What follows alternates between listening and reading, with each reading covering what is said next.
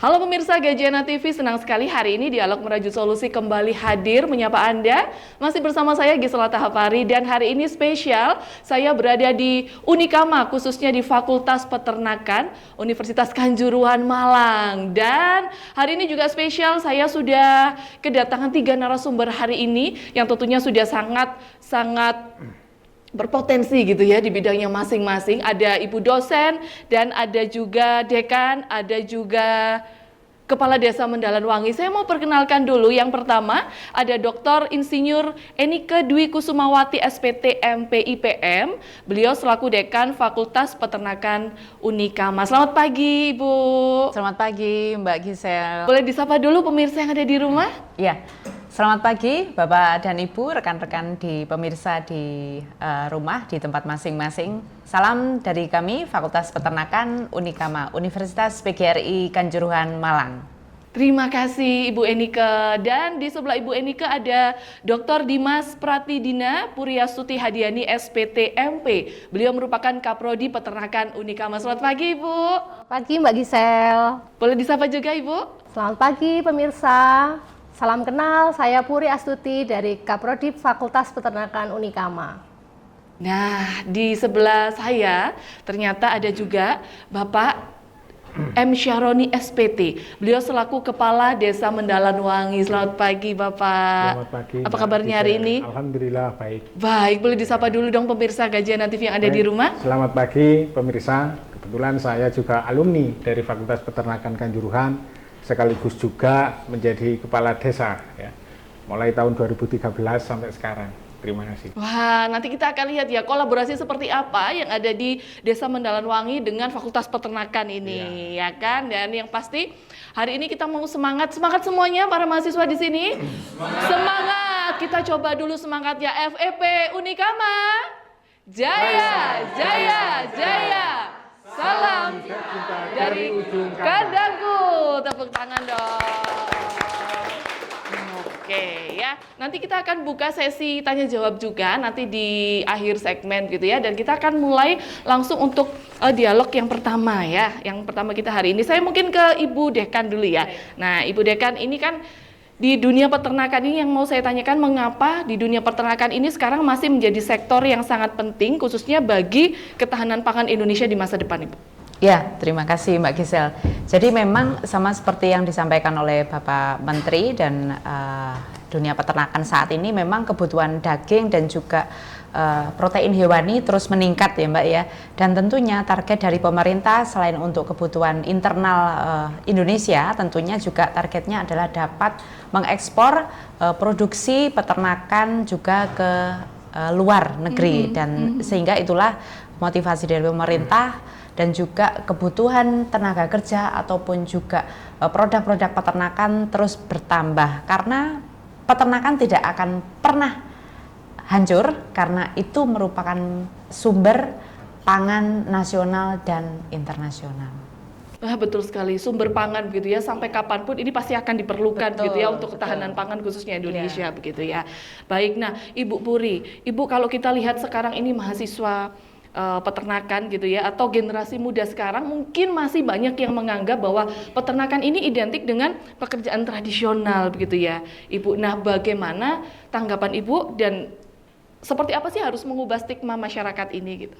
Oke, jadi peternakan itu memang identik dengan kotor, bau, kemudian jijik.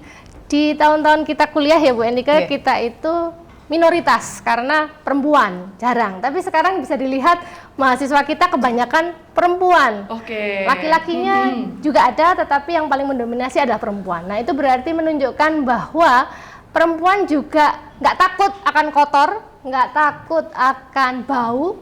Karena apa? Peternakan itu sumber pangan. Artinya saya biasanya menyampaikan ke anak-anak, ketika lulus kamu belum punya pekerjaan tetap, PNS ataupun perusahaan, kamu bisa berusaha sendiri. Minimal kamu bisa menghidupi keluargamu dari misalkan beternak ayam, beternak ayam petelur, sehingga tidak perlu membutuhkan atau bergantung dengan industri. Tetapi ketika alhamdulillah dapat pekerjaan yang lebih baik, nah berarti kan sudah ada dasar dari materi-materi yang diberikan oleh dosen-dosen di Fakultas Peternakan. Oke, berarti di Fakultas Peternakan ini sendiri memang ada diajarkan bagaimana mahasiswa ini untuk membangun jiwa wirausaha begitu ya, Ibu Puri ya?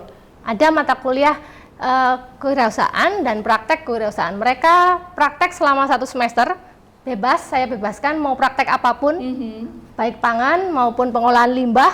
Artinya limbah pun juga bisa jadi duit. Nah, ini biasanya yang kotor-kotor itu kan dibuang. Nah, ini ternyata bisa jadi pupuk, baik pupuk organik maupun pupuk padat. Sehingga mereka bebas mau membuat olahan apapun. Oke, gitu ya, keren ya. Berarti nanti memang diarahkan begitu ya, tidak hanya mengerti apa sih sebenarnya peternakan, tapi diarahkan juga untuk wirausahanya begitu ya, bagaimana membuka usaha. Kalau perlu kita yang menjadi ini ya, kita yang menjadi membuka lapangan juga untuk yang lain begitu ya, Ibu Puri ya. Juga memberikan wawasan ke masyarakat luar, ternyata yang kotor bisa jadi duit loh. Oke, betul sekali. Nah, ini sekarang kita lihat juga bahwa dihadiri juga dengan Pak Roni nih ya, Kepala Desa Mendalan Wangi. Nah, sebelum saya ke Pak Roni, saya balik lagi ke Ibu Dekan dulu. Ibu, ini kan ada kolaborasi yang sudah dilakukan begitu ya dengan pihak desa. Nah, mengapa sih kolaborasi dari peternakan ini kok match gitu kalau digabungkan dengan pihak desa? Nah, apa sebenarnya menjadi bagian penting adanya kolaborasi dari peternakan dengan desa ini, Ibu? Iya, karena tentunya peternakan itu tidak akan lepas dengan masyarakat ya Mbak ya, dengan masyarakat, dengan manusia, dengan ternak itu sendiri. Dan salah satu ikon kami ya, dan juga beliaunya ini adalah alumni Fakultas Peternakan, di mana beliau seperti yang disampaikan Bu Puri tadi, beliau juga sebagai pemilik peternakan juga Mbak, mulai muda, mulai dari awal kuliah dan seterusnya. Pak Roni sebagai alumni peternakan ini sebagai salah satu contoh dari mahasiswa dan alumni peternakan yang sukses berwirausaha. Jadi peternakan ayam, unggas, petelur ataupun juga broiler, dan juga ruminansia itu seperti sapi, kambing itu Mbak Gisel, itu luar biasa dikembangkan oleh Pak Roni ini. Dan tentunya seperti yang disampaikan Bu Puri tadi, produk olahan itu juga nanti diharapkan dari olahan peternakan itu juga berpotensi untuk dikembangkan oleh rekan-rekan mahasiswa. Di mana orang wirausaha itu bisa juga sebagai pembuka lapangan kerja gitu ya. Kita tidak hanya untuk menjadi pekerja tapi juga menjadi pemilik perusahaan yang untuk membuka lapangan kerja bagi pekerja-pekerja yang baru yang mengawali gitu Mbak Gisel. Oke, berarti memang secara potensinya di Desa Mendalan Wangi ini memang berpotensi banget gitu ya. Betul, karena memang posisi Desa Mendalan Wangi ini dekat dengan kota. Selain peternakan daerah desanya juga luas, kemudian banyak peternak di sana, otomatis untuk pemasaran itu juga mudah. Dan dari kepala desa pun juga respon baik ketika banyak program-program dari pemerintah gitu ya Mbak ya, yang memang diarahkan ke desa ini responnya sangat baik dan memang berbasis pada kebutuhan desa itu sendiri gitu. Itu yang mudah dan sering ditangkap oleh masyarakat desa Mendalan Wangi itu.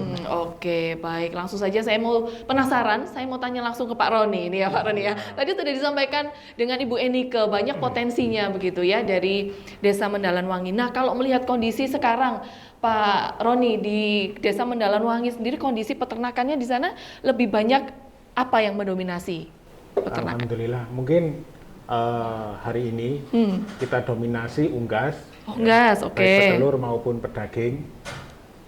Alhamdulillah berjalan terus, tidak pernah berhenti meskipun itu harganya kemarin itu sampai 11.000. Ayam pedaging itu di kandang 11.000 kemarin. Nah, ini kenapa? Mahal ya?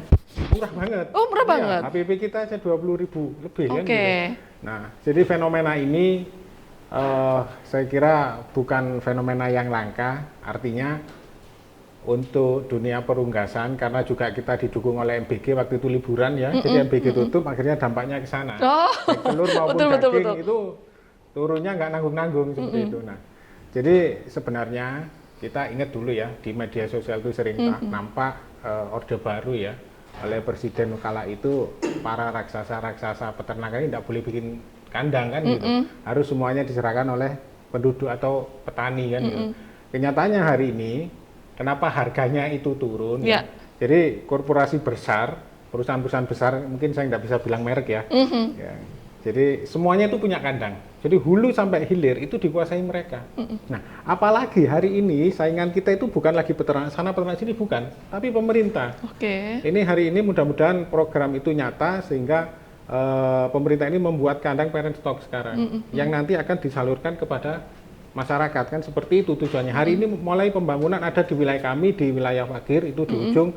Itu populasinya biasa sampai 100.000 indukan ayam. Lah anaknya nanti itu diserahkan kepada masyarakat. Lah, tapi yang korporasi besar ini bagaimana? Kan gitu. Jadi itulah kendala kita. Jadi pemerintah ini harus melindungi. Apalagi kalau kita bilang hari ini ternak sapi ya. Nah ini ekspor, bukan ekspor lagi ya. Nggak pernah kita ekspor ya gitu. Jadi impor besar-besaran, baik hidup maupun daging itu dari luar negeri masuk ke kita itu ya karena keadaan politik juga.